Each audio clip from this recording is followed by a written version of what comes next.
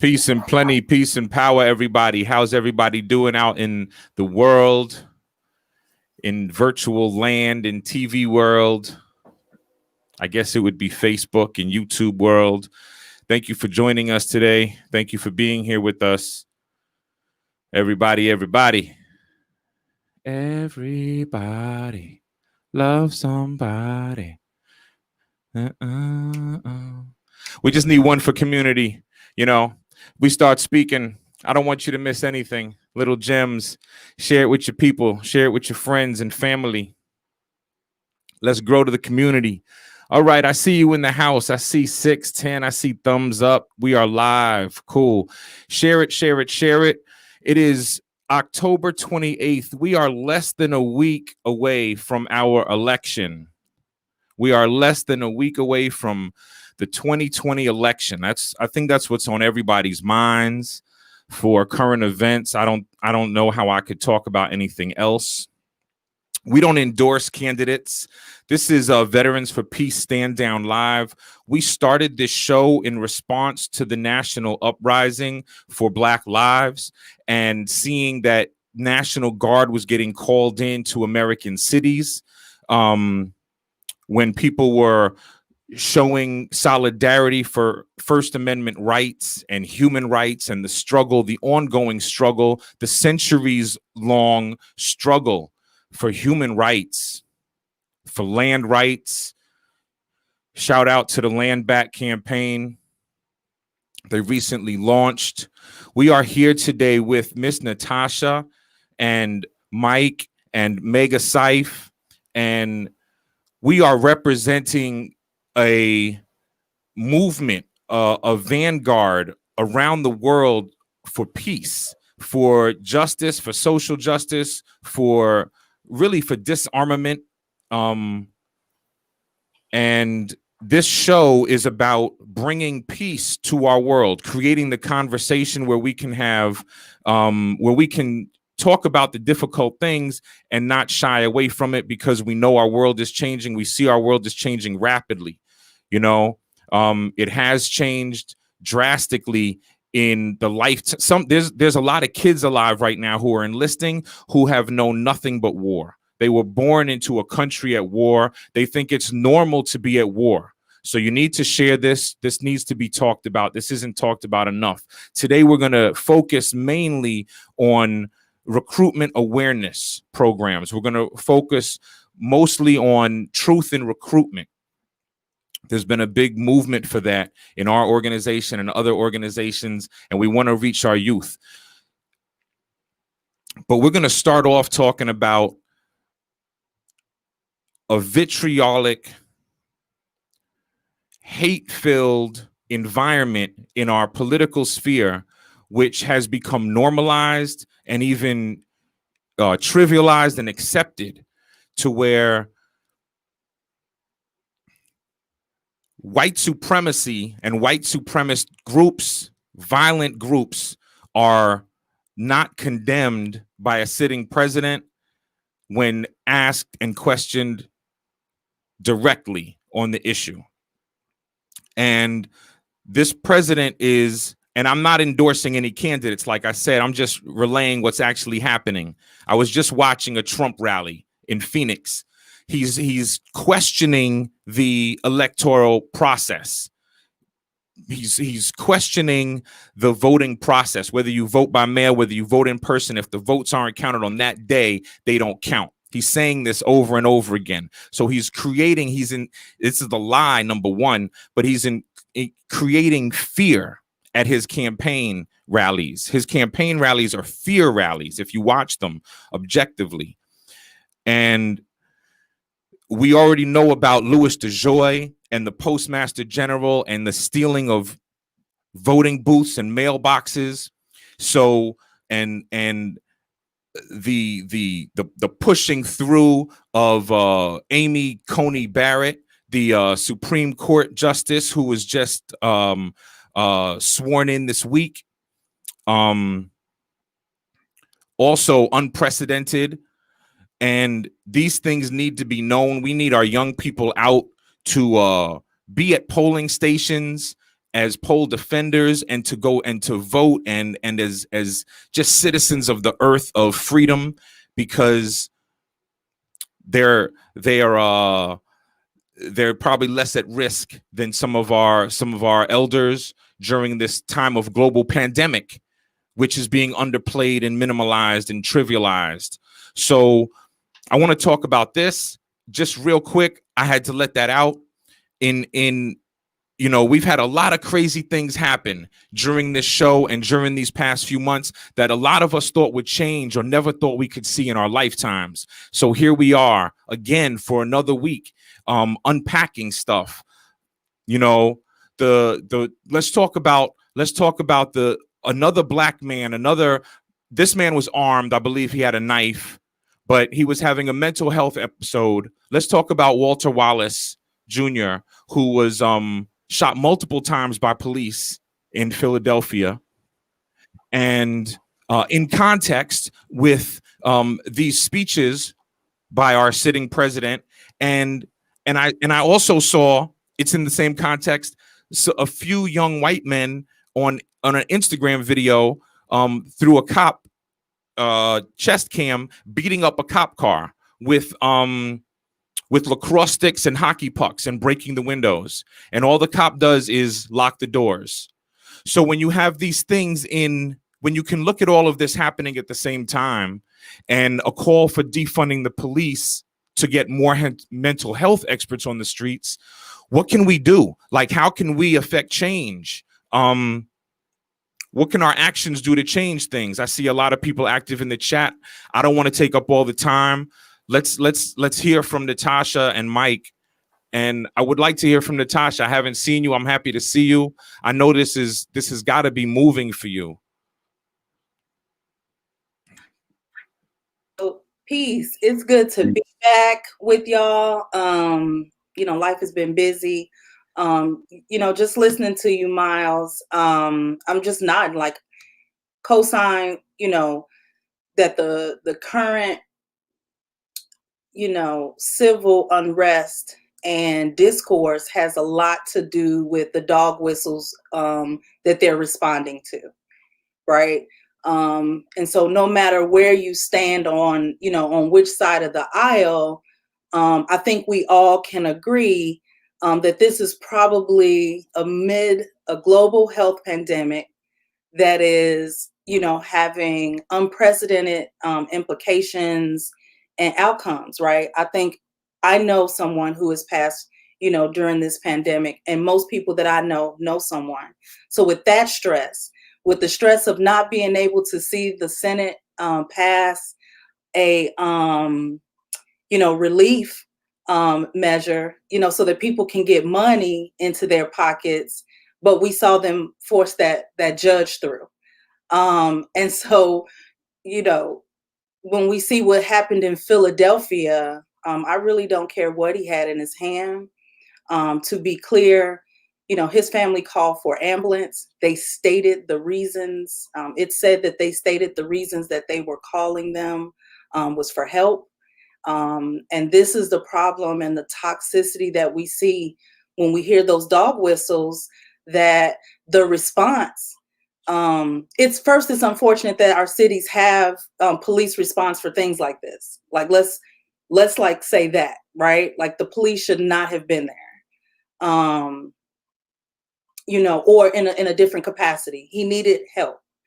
And so when you see the response, and then, the responses to, the just uprising in Philadelphia, because people are responding in the streets, and, to just see the discourse online, it's hard not to connect it back to the politics. And unfortunately, the commander in chief, who is about to deploy, troops into those areas. So it's unfortunate when we have all of this, we need an adult in the room, because there are a lot of hot topics or hot pressure points that are going on all at the same time with an election on Tuesday. You mentioned about veterans participating. I know we're working with or collaborating, for folks to get out and like work the polls or kind of, stand stand on the line and kind of make, giving, support around that people feel protected on that day. Like I'm working on that day as an election coordinator. I feel pretty safe about that here in Chicago. But if there are veterans out there that can work on election day, with proper PPE and to be safe, I, suggest contact your local election office. A lot of them are looking for emergency judges. So contact them. These are paid positions that pay up to $400 for the day.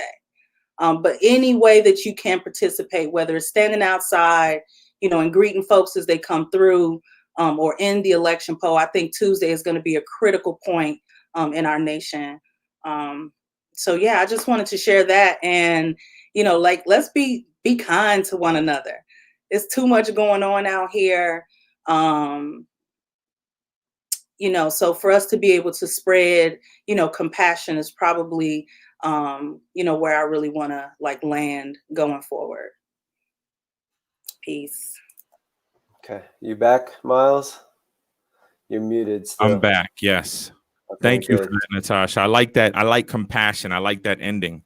Mike, let me hear your thoughts. Let me hear your feelings about our where we are right now. That was beautifully put, Natasha. You have a lot to compete, Mike. I know, right? I unite with everything that was said previously with both of y'all. Peace and plenty, peace and power. Donald Trump, it's obvious that we're kind of descending into fascism, and it raises a lot of alarms and gives us a sense of immediacy. But, we got to remember where we came from. When Biden said that Donald Trump was the first racist president, I think everybody kind of collectively laughed under their breath at such a ridiculous statement. That it goes back, when the Electoral College was founded at the beginning of this country, it was a way to ensure that white landowning men would be able to control and direct the levers of power in the country. That's the way it's always been. It's been a long, slow process, and it's leading us to this path now, which is fascism. And to clarify what fascism is fascism is a process that happens as capitalism decays. As it goes through, it uses up its resources, it uses up its labor, as it goes overseas and uses up the colonies, and the colonies revolt, and you have these different changes.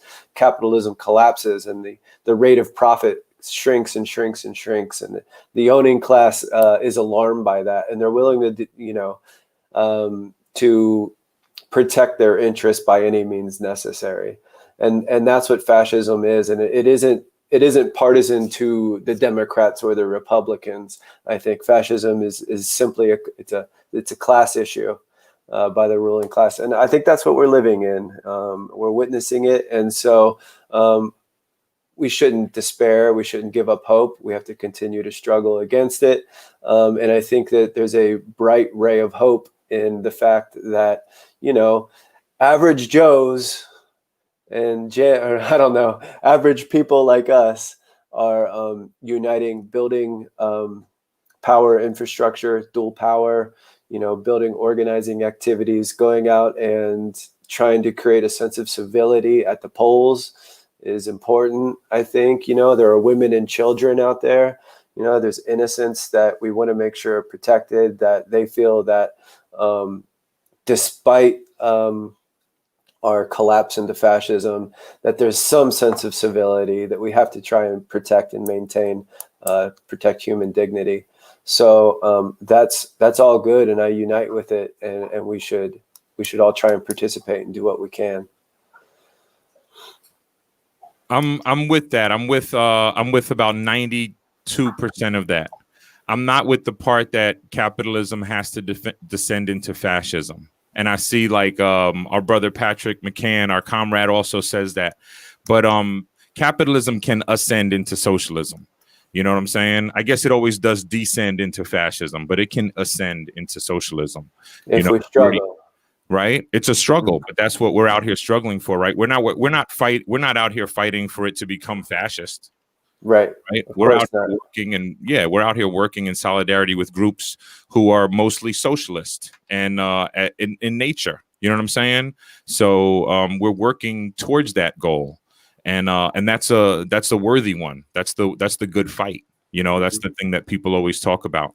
So I really appreciate what both of y'all, the way you put it with compassion, Natasha, and then Mike. We have to watch. There's innocence out here. There's women and children. It's beautiful. It's true. And there's another comment that I saw.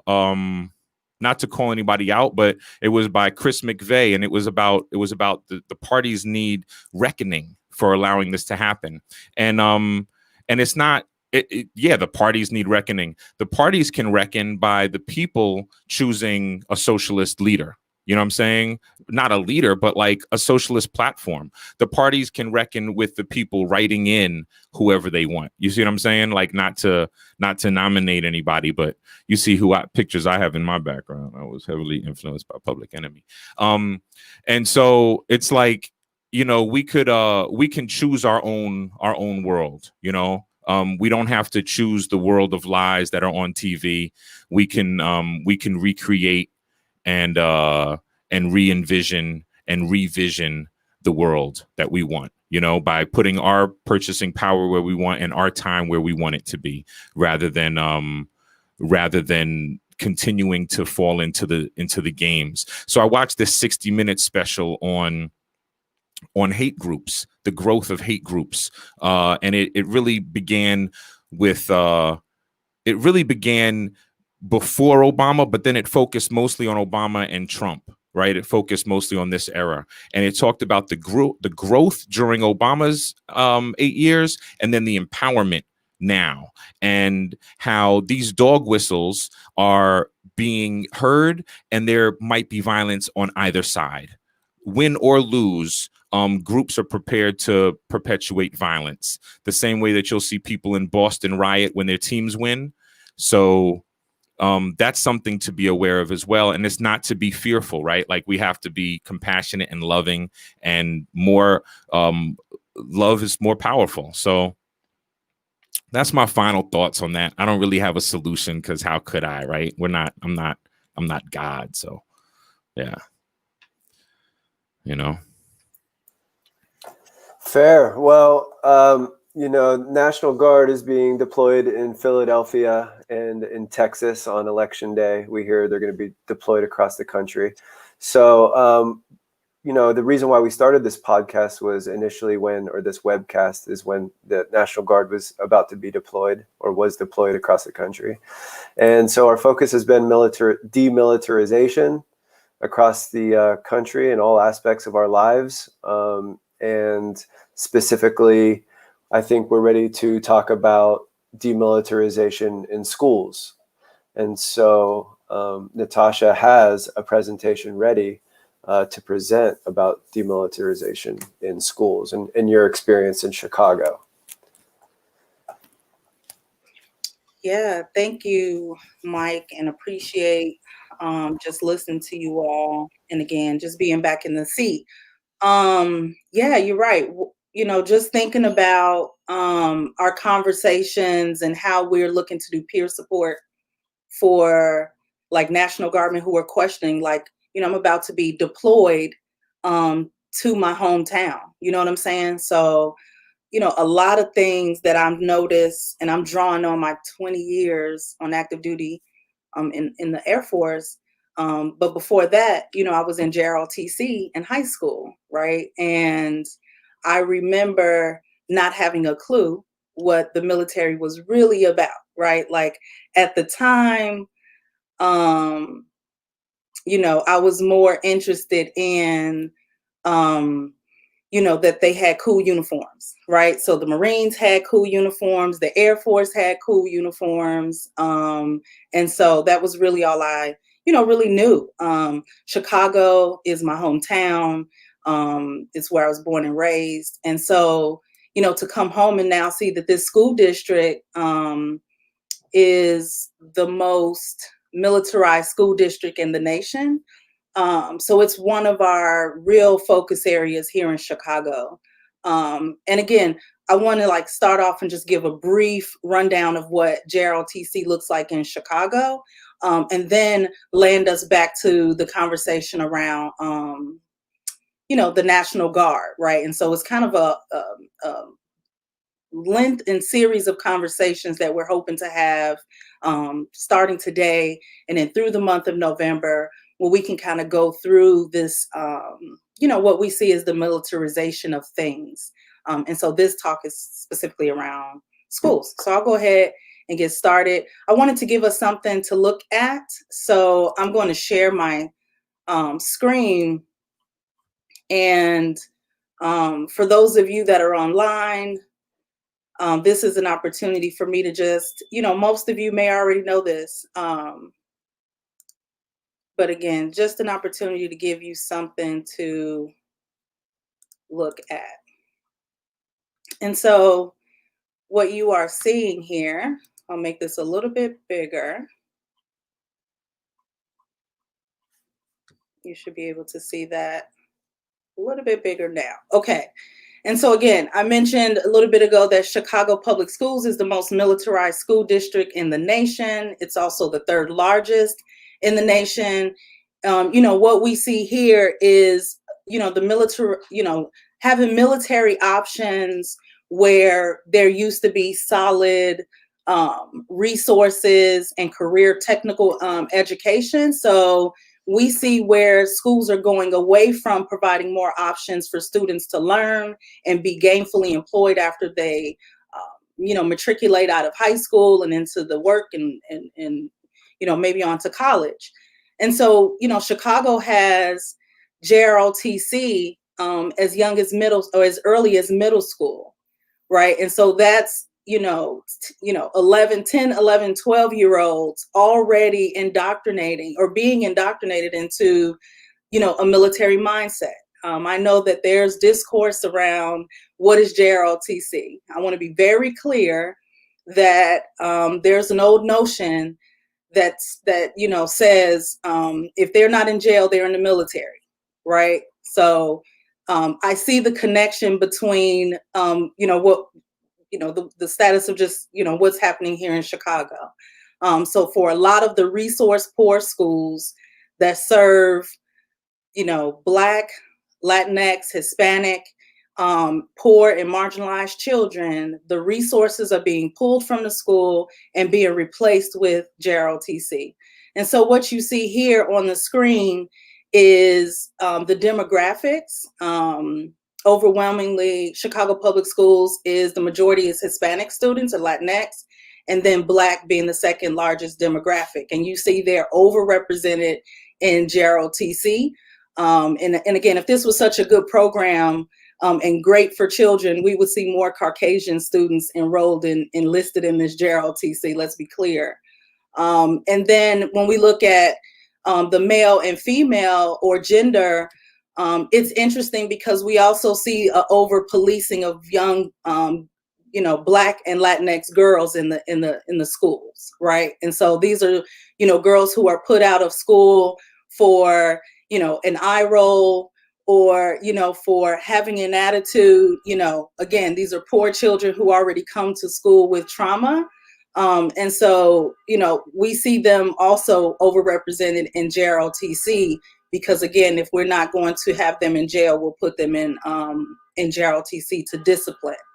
The proliferation of JROTC happened in Chicago around 2000, the early 2000s, where there was a mass amount of school closures. Over 100 school closures were happening. And what they did is put JROTC in military schools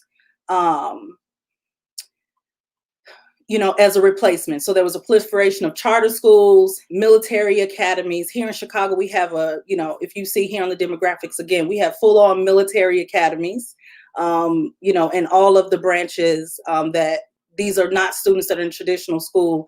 They are in 100% military schools here in the city. So we see where a lot of those schools were closed, they were replaced with the militarized training, which, let's be very clear that this is a recruitment tool. This next slide here really just speaks to that. Sometimes in the media, the truth is out there. And so literally the headline here reads, "The U.S. Army tries new recruiting tactics after missing targets." And where do they do that? Here in Chicago. And so you have this young active duty,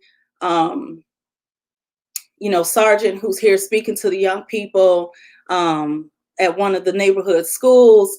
And as he completes his talk, the young people salute. And these are young people who, they're trying to indoctrinate into this pilot program. The U.S. Army and the recruiting command is also relocating one of their headquarters here to the city. And again, we see that because there are schools every month or so, maybe every quarter, that are bringing in new ROTC programs into our schools. So as the city starts to look at how to save money, we see that military is often their go-to. We have a suspicion in Chicago veterans, in the Chicago chapter of Veterans for Peace, is that there's forced enrollment happening. And what you see here on the screen are schools that service that demographic that we looked at a little bit earlier. These are schools that also have the least amount of alternatives, like there's no auto mechanics, there's no learning sheet metaling and other trades. What you see is that they indoctrinate them, a lot of these schools don't have PE or PE teacher. So when you don't have a PE teacher, you can't offer PE. So it looks like there's a forced enrollment that starts at the 9th grade level. Just a note that in Illinois, you have to have 2 years of a PE at a minimum. And what we see is that after 10th grade, these young people fall off the rolls for JROTC. So in the 11th and 12th grade, the numbers are drastically lower than what we see. There are alternatives. Really quickly, one of the things that we're trying to communicate here, and we really want this to be youth-led work from the youth and the parent and family's perspective, is that you can opt out. Don't enroll your young people in JROTC. It is supposed to be a program where students elect and families elect to choose that class. But again, from the previous slide, if they don't have PE, you have to have one or the other. So that's really where we see the forced enrollment. And I think if families and young people start pushing back, that we can starve these programs and maybe get some more CTE. So really quickly, your city and state might have its own version of an opt-out form. Here in Chicago, they actually have a form that goes out to families where you can opt out from military recruiters contacting your children. So yeah, I encourage you to look at that if you're interested in that. And then when it comes to CTE, like career technical education, we see that as an option, and we really push that here. This final slide that I have is really a look at the options that we want these schools to have. So Chicago Public Schools has career technical education pathways, or these different options that families could opt into. So agricultural sciences, business, culinary. We're in a culinary mecca. To brag a little bit on Chicago, but also education. We need teachers to be representative of the student body in our city, particularly, Black. We have a shortage of Black teachers. Wouldn't it be awesome, instead of JROTC, to train and recruit them to leave, home and, to, be trained for war? Quite honestly, we could use them here at home for the health sciences, media. Chicago is also a transportation hub. Most likely, if it's moving around the world, it touches down at some, port or field here in Chicago. So to be able to see these types of options in the school is something that we really push, here in Chicago VFP. And so, I really, just kind of share that, because as we were having this conversation of okay, we have JROTC, but there are some ways we can start to again, make sure that parents know that there are options, that it's not a mandatory program. So yeah, I'm hopeful that was helpful. Do you have any, can you hear me okay? Yeah, I hear you. Great. On one of those slides, you said you think that there's you think that there's forced I forget the enrollment. word you used. Yeah. Forced enrollment. There were more kids signed up in the ROTC, Yeah, then we we're enrolled in that that school. information came from a FOIA. Yeah. We send them every year after the 20th day enrollment comes out, and it the answer to the question of, you know, what is this, is there are also diverse learners and cluster students who may not be designated as ninth grade. So they, you know, you have students don't age out here until 22. So that's what we were told, and we're not really clear on that. But it is weird when you kind of look at that and like, well, how is this possible? But yeah. Yeah, it's just to put it out there like that. Like, this is since we're not hitting the mark, we're just gonna open up schools, and for it to be the way you were saying, you won a big case last week, or you had a big success in Chicago, right? With getting ROTC out of a school or something. Unfortunately, we have local school councils at each school here, right? That kind of help govern the school and make decisions. One of them reached out because they were not happy that the principal, without their collaboration, brought in a new JROTC program. This school is named after Dr. King, and be clear, the parents didn't want that. They rather have the media design class that was taken away. They rather have the AP art class that was taken away. They rather have, more robust, menu of options, right? And so our support really was, how can we push back? The CPS board said that it's a signed contract, but at any time, they can cancel the contract. Well, we know that that's now a 2 to 3 year stay. And then after the 3 years, they can elect to remove their JROTC. So we continue to work, because what that process did was start the conversation where this was young people and parents and families starting to reach out to the veterans group to say, hey, this feels like, and are we, the question really was, is this recruitment into the military? So that was their original, question to us. And then when we started to have conversations, we started digging, and they realized that their students, that they had lost the other programs. So it became a bigger discussion around, this is exactly what we talk about. In order to bring in JROTC, something's getting cut, right? So it wasn't a win, but I think it's a step in the right direction for the way in which we want to organize this conversation, which is from the directly impacted people, I mean, our current guy in the office says that our education system is too liberal, and that we're teaching our kids how to be, we're like, our education system is not teaching kids the true history of our country. Or maybe he's sad that they are teaching the true history of the country, right? Like, come on, what's happening to our world, people? Ladies and gentlemen, I want to shake my head in tears. Oh, if Marvin were alive right now, what would we say to him? You know what I'm saying? Yasin Bey, man. I'm on that vibe right now. Yeah, I think we see this neoliberal, type systems in education. I mean, it starts at the Department of Education, right? And you see it at the local level. It's not just here in Chicago. I just think we're among the worst, but you are definitely the worst. You are the most militarized school system in the country by far. There's no other school system I've ever heard of that so-called public schools are actual military schools. I've never heard of that. Mm-hmm. It might happen in other states. I wouldn't be surprised if it happens in New Mexico. It's a very militarized state. Yeah. But that's just insane to have so many high schools, like a Marine high school, a Navy high school. Of course they're recruiting. How could anybody question it? How could it be questioned? If somebody's coming in every day, if your teachers come into this school, all your teachers must be soldiers. They all must be enlisted men and officers, right? Women and right.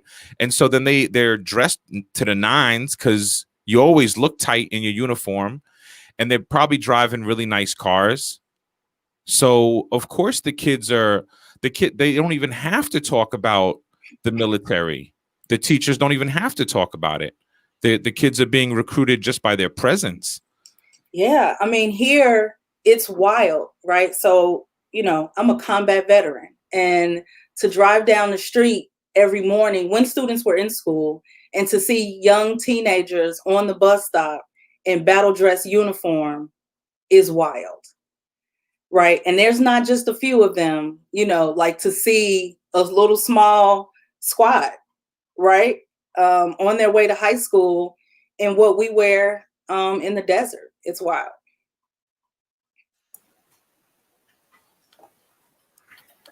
Oh, you were muted. That's horrifying. Yeah. So what happens to a kid in one of these military schools? It just says, "I have no interest in joining the military." Is he reprimanded for that? Is that a? No, but it's grooming. I mean, I think Right. that's why it's such a dangerous thing, because some of the bold teachers in the city will have us come in and speak. There's a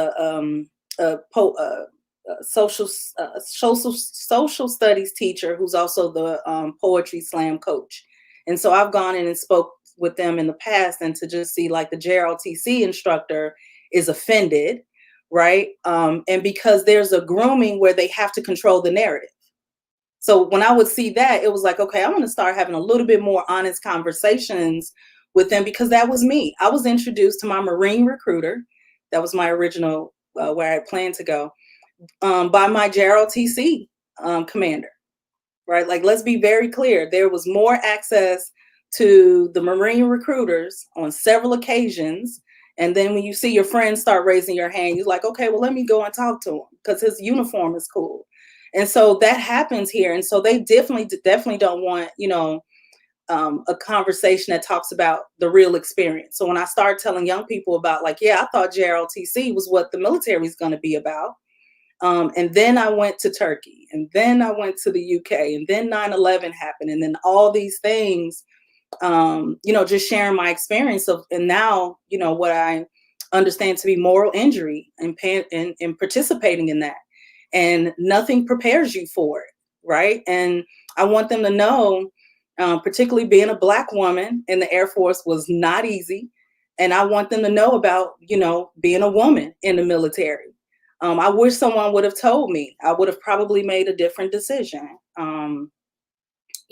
So the controlling of the narrative, the pipeline of, if you go into the military after JROTC, you'll have a little bit of rank, you can get away from here. And I tell people, like, they're recruiting you from the south side of Chicago because it's violent for you to go and participate in it. So let's be very clear that this thing is a slippery slope. And again, I want young people to make their decision and families to make their decision just like I did. My family was poor. I didn't feel like college was something that I could pay for. So I went in on a 4-year plan. Somehow it turned into 20. But I want people to know, like, go in informed, right? And so I'm not, I want to be clear that I'm not advocating for folks to, like, not, do what's in their heart or their family tradition. I just want people to be very clear that this military thing is not what the JROTC experience teaches you. Yeah, when I joined the military, when I finally turn the corner for me, where I decided I wanted to join, is when I was very poor. Like I jobs had come and gone, and I couldn't figure it out. I was 25 years old already, and I had a really hard time making it in the economy. So, I mean, that's a really important key factor of what's going on here is class. That there's an entire segment of people across the country that are purposefully left out of the economy. These people that would be working class that are purposefully left out and designed and groomed as a pedophile would groom a young person. Recruiters are absolutely some of the worst people on the planet. For a person to go and experience the trauma and the deprivation of war and of moral injury and post-traumatic stress disorder, and then to turn around and focus all their efforts on underage people is I mean, these people are these teenagers are experiencing violence from the very start, and they're already experiencing moral injury at 14, 15, 16 years old. These people need to be held accountable for this. These recruiters need to be held accountable for inflicting violence on young people.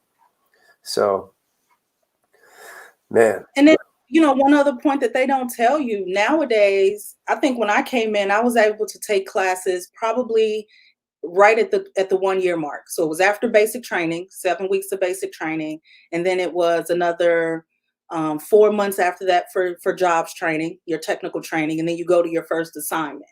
Then when you get there, there's other indoctrination training where you're kind of in a, you know, new airman or new soldier status.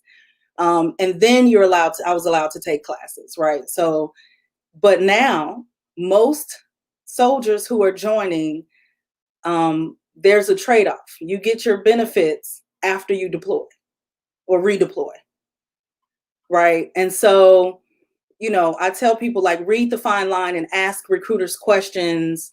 And what you'll find is you'll find that might not be the option for you, right? Like it's and I say that once you deploy and you come back, it chips you off a bit, right? You're a different person.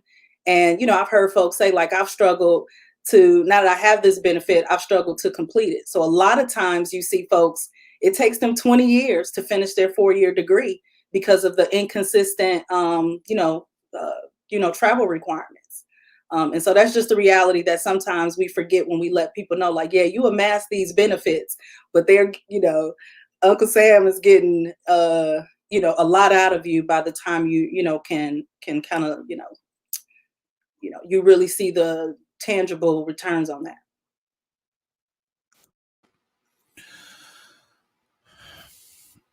I've done the most for veterans that anyone's ever done for veterans. It's insanity. That's insanity. That's madness. That's madness. I'm happy I got a laugh from you. Levity, man. We need it. You know, if you don't, you might cry otherwise, right? I'm curious. I have a question. Another thing that we don't talk about enough is for those veterans who have served or spent their time, like, I'm curious to hear you all, like, you know, people will say, like, hey, you get Medicare or, you know, healthcare for life. You know, there's not just this, you know, the things that I was just saying, but there's like a lot to, going off and thinking you'll be better. I think that we should really start to talk to our young people that more veterans than not, may have a different experience in terms of, you know, seeing that a lot of people are disqualified from even receiving VA healthcare. That's depending right. on their what is it called, Miles? Their DD-214, depending on their there's a title for it. Separation status. Yeah, I have other than honorable. I have an OTH that I was told would automatically upgrade. I declined my office hours. You know, you might go in, you might think you're going to go in and serve your country the way your father did and your grandfather and your mother and your grandma. You know, your whole family was in, and now you just have to make the choice, Army or Navy. Which one's it going to be? Right. And you might do great. You might be like 3 years in, honorable service, you know, tours all over the world and fully veiled and just loving it. You know what I'm saying? Proud of your service and everything. Come home to big gatherings at the airport, and then hanging out with your friends one afternoon. You might smoke a joint because it's legal now in Colorado, and you visiting. It's legal in California, right? And you're visiting. You go back to post, you pop on that piss test. Your honorable service does not matter anymore. No matter what you did, how many Marines you trained on the gun, doesn't matter, because you're gonna get kicked out. Depending, you might not get kicked out. My staff sergeant got to stay in.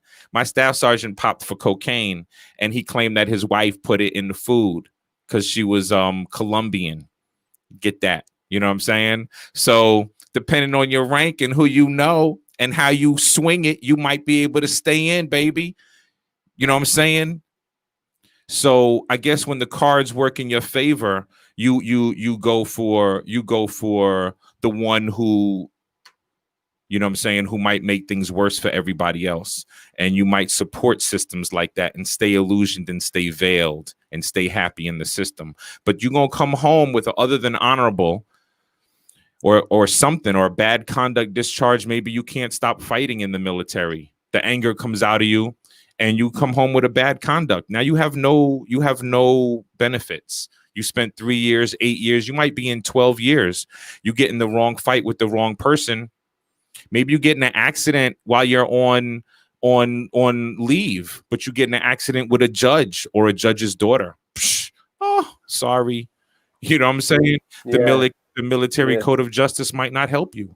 And that's just the truth. They don't really care about you. You're cannon fodder. You're cannon fodder, yo. You know? Yeah, when it comes to alcoholism, I mean, it was rare for me to know anybody that wasn't taking risks with alcohol. Everybody's getting risky with alcohol. They're out there partying on the weekends. They're driving drunk. We got talked 2-3 days a week about how the worst thing we could ever do was drive drunk, because I knew everybody was just doing it. You know, people. I remember when I was stationed in Whidbey Island, we had several people die either on motorcycles or in drunk driving accidents. So I mean, but yeah, that's all just a manifestation. It's part of the chauvinist culture, the patriarchy, the young people just thinking that they're invincible now that they're part of the war machine. It gives them a certain amount of confidence. But hey, I have one more question, Natasha, about your presentation that I'm not sure if you covered or not. So if parents want to opt out from being targeted by recruitments, having their kids targeted by recruiters, how does that work? How does opting out work? Great question, Mike. So you would fill out the form here in Chicago. You would fill out that form, return it to the school principal. These days, there's the schools have a Google form folder where you can scan it in, with your student's name. And then that would be processed by Chicago Public Schools or forwarded up to the school district, who has an office who processes those. It puts you on the do not call list for all of the recruiters. For some reason, we didn't get one. Just to give you an example of how this works, we didn't get one this year because COVID and things are just there's mayhem. But before my daughter got her senior schedule, she was contacted by a Marine recruiter. Right. And so it was just he texted me and said that he was trying to see if we were, interested in talking to a recruiter. I said no. I'd asked where he got the contact info, and he said that he got it from the school district. So the point there is, last year we weren't contacted. They usually start contacting you your junior year. Last year we filled it out. We weren't contacted. This year CPS didn't make it available. The recruiter contacted us before school contacted us with her full schedule of classes. And so it does work when you put it in, is really the point there. And so once I let him know that I wasn't interested, he told me to reply opt out. When I replied opt out, it said that I had been unsubscribed. It looked like it was an automatic, what do you call those, like phone banking, if you will. But once I opt out, it did say that I was, I wouldn't be, she wouldn't be contacted again. So there are two ways that you can do it: officially through the school, or if you're contacted, let them know that you're not interested or say, I want to opt out. Is that with all public schools across the country, or is that just something that you had to work to develop in Chicago? I tried to check. I saw it in one of the Bay Area schools, but I know that they had a strong response to JROTC. One of the districts pushed the JROTC out, but that was the only school district, because I want to see where they at least if they're online. I couldn't find any others, but what I can tell you is that this is a federal mandate. The opt-out is in the federal, what used to be No Child Left Behind. It's now called Every Student Succeeds Act, but it's in there as a caveat that says, yes, you must present or give students the same access to a military recruiter as a college counselor, but parents can opt out. A lot of times the school districts don't follow through on that promise to bring that into a full-on opt-out process. So if you're not aware of it, I would definitely say reach out to the school principal and district to see, what the local policy is. I know from my work in New York schools with World Beyond War that that with World Can't Wait that most parents don't know about it, but it was there as well. They had to opt out on their own. The kids could ask a teacher for it, or the teachers would say something to the students, but it was not pushed as much as the ROTC stuff is pushed. And the ROTC pays. I mean, you're like they're paying for their time, right? Like the schools are getting money from the. Yeah. But here's the thing. In Chicago, we haven't, because the money lines aren't as transparent, right? So we can't see what's coming in from the Department of the Army or Defense. But we see that the school district is paying a lot of money for most of these schools that I was, telling you about. I think they're in about 80 schools, the JROTCs, right? But the military recruiters, the military instructors are paid between $92,000 and $101,000, plus benefits, which a package was like $30,000 to $40,000. And what it looks like is that this isn't cost savings. Ooh. Again, we don't know what's coming in from DOD, but it looks like CPS is paying above, what they would claim to be an option. So what we need to do as teachers, as community and peace activists, is start showing up to your monthly board meetings and talk about, these things, which is militarization. Sometimes as teachers, you hear folks say, well, maybe they need discipline. An automatic response or thought to that is to, put these young people in military, militarized, or, the JROTC. We need to push back on that, particularly when it's Black students and Latinx students, poor students. We think, well, they're not going to have a chance. We don't know. And so we have to, as community, not push towards this. The school districts aren't doing this on their own. I think we all are playing a part in what this has, or what this is becoming. I mean, the school systems are designed for 1940s factory work. The school systems haven't upgraded, and they're not designed for our modern world. You know what I'm saying? Our kids barely, since No Child Left Behind, our kids barely get time outside. They, like some schools, you'll switch recess days.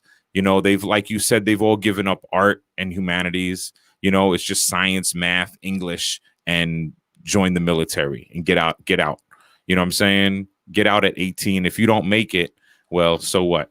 It's really sad. I live in Alabama, and we're like number 49 in the country for public education. So my kids go to a Montessori school, and I just say job bless to that, like that we have a fully accredited one that goes through elementary. And yeah, for schools to not get enough funding and then overpay military instructors seems like exactly the type of insanity that would be happening in 2020. It's like this is dystopia, I've read 1984, George Orwell, and I was just listening to the audio book again the other day, and we're in the time of simple speak. We're in the time when a president gets up and cannot do a 60-minute interview. And of course, we have people turning to people are fractured. You guys are not in school right now, right? It's homeschooling in Chicago. I saw on the news this morning in Chicago, there was a counter protest to open schools. I mean, we're in a global health pandemic. It's simple speak times, economy or health. It doesn't have to be an either or. What it looks like too is, I think we said this here on the show before, is that, some neighborhoods are getting a cold, and quite honestly, others are have the flu, right? And so those that have a cold are saying, what's the big deal? Open schools. and not centering, and it's quite honestly along the class and largely, not completely, race. Right. So it's no different than what we saw at the state capitals and that rhetoric. Unfortunately, with the school district that is 90, I think we're 89% Black or Hispanic, Latinx and Black. These zip codes that have over 20% infection rate, is it really, and they're asking for it to be open in a week. And so it's like, I mean, as a nation, you don't have to point the finger. As a nation, it's still a majority Anglo nation. It's still a majority, Euro descendant nation, right? So, and as a nation, the average wealth of the Black family is like less than $1,000 still, even though we have some superstar families, and the average wealth of the average white family is $10,000. So even though we have numerically more poor white people in the country than poor Black people, statistically, we know there's more, like, Black poverty is at an incredible rate compared to white poverty. And so, of course, we end up with more military enlistments. We end up with higher percentage numbers in prison. These things, like, you can objectively look, anybody can, at this. And it's just startling that we have to do this. I'm happy that we're able to have this space every week, and I thank you, Natasha, for being here with us this week. I know this was a tough talk for you. I could hear you getting emotional in there, when you were especially sharing the slides, because I mean, you're personally affected by it. Your daughter, your family, your community. So I heard it in your voice, and I recognize it, and I thank you for just holding that space and doing that. There's a question. Thank you, Miles. I appreciate that. I'm happy to be back. I'm excited for our November lineup and our discussion. So I'm stoked about that. We got Crystal Two Bowls coming to us the day before Thanksgiving. Yeah. So yeah, she's agreed, and Ahmad Daniels is going to be here with us next week. So I'm looking forward to that. Awesome. There's a question in here, Miles. I want to put it on the screen and see what you all think about this one. Are you all trying to fight schools mandating ASVAB? You think it's worth doing? I would definitely think that's worth doing. I didn't know schools were mandating the ASVAB. I would fight that by all means. Why would that's the military proficiency test. I would definitely not be with that. That would be part of the normalization process, right? So you have a bunch of kids that are like, well, the SAT looks hard and the ACT looks hard, but I mean, you can fog a piece of glass and get into the military on your ASVAB. You know what I mean? You can breathe and fog a piece of glass and pass the ASVAB. So let's just do that or whatever. Yeah. Not to say whatever. I don't mean to say nothing bad about the kids, but it's part of the normalization process. Hey, y'all, you want me to are we gonna close this up? We're gonna wrap this up? Yes, this was a great talk. I want to say for our members, we're really having this conversation within Veterans for Peace. So if you're a member of VFP, look out for an email. We're gonna meet. There's a small working group that's talking about truth and recruitment. We're going to meet Thursday, November 5th at 7 p.m. Central, 8 Eastern. And so if you're not already plugged in with truth and recruitment, join this conversation then. Peace. Can we put that banner? Can we put that banner up for folks? Or can we put that link in the chat, in the public chat? And I want to do, can I share a song? Can I share a piece with y'all? Yes, please do. Go crazy. So we can't do the shares anymore. The video shares, they seem to get deleted. We'd have to communicate somehow with that it's our music, but I'm going to perform it live for y'all. This is a joint called Dead As, and it's called IQIS. It's on my As Clean As We Want to Be, Dirty South Chronicles, As Clean As We Want to Be album, which I'm sharing live tomorrow night. So if you find me on social media at Megacyph, you can register for that link. And yeah, we challenge you on this show, and this song is going to challenge you too. All right, because that's what good music and good art do, in my humble opinion. So I hope you can hear this. Can you hear this? Can I get a thumbs up from y'all? Sounds good? Cool. Said I'm queer, I'm straight, I'm queer, I'm straight, I'm queer, I'm straight, I'm queer, I'm straight. Said I'm queer, I'm straight, I'm trans, I'm gay, I'm poly, I'm godly, I'm here when I ain't, I'm love when I hate, I'm light but I throw shade, I'm full but I ate, I'm in fear, I pray, I'm in here, I paint, brush away the pain, commune with my angels and name another saint. I'm weak when I'm great, I'm strong, never fake. I'm your do or die, I'll speak up when you can't. Yo, ally for love and equality, human rights over goods and commodities. We're at odds, but we are not oddities. We're the same and different and possibly. I'm queer, I'm straight, I'm queer, I'm straight, I'm queer, I'm straight, queer, straight, I'm different, I'm serious, I'm changing, I'm curious, no pausing, I'm absorbing books till I'm delirious. Find me in my periods, my moods and all my feelings, my swings, my highs, my lows, and maybe with my errands, throwing stones in my lobes, adorning the finest robes. Clothes handmade, y'all know I'm fresh down to my toes. Composed for love and equality, human rights over goods and commodities. We're at odds, but we are not oddities. We're the same and different and possibly. I'm queer, I'm straight, I'm queer, I'm straight, I'm queer, I'm straight, I'm queer, I'm straight. If I'm queer in the military, better not say it. Cause don't ask, don't tell, man. They don't care about it.